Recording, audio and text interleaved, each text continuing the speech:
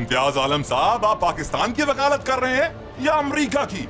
आपको भी हेलीकॉप्टर में पूरे पाकिस्तान की सैर करवानी पड़ेगी।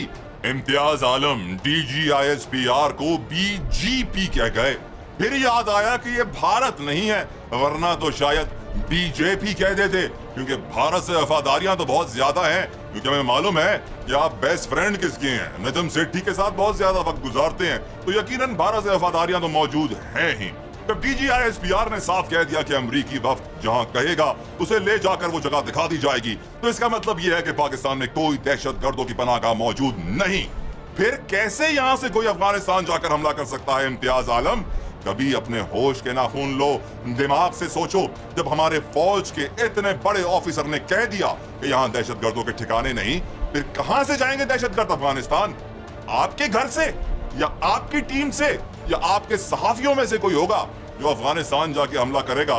लेकिन आपको यह यकीन होना चाहिए, क्योंकि DGISPR हमारे फौज के इतने बड़े ऑफिसर ने कह दिया कि दहशतगर्दों के ठिकाने नहीं है तो नहीं है।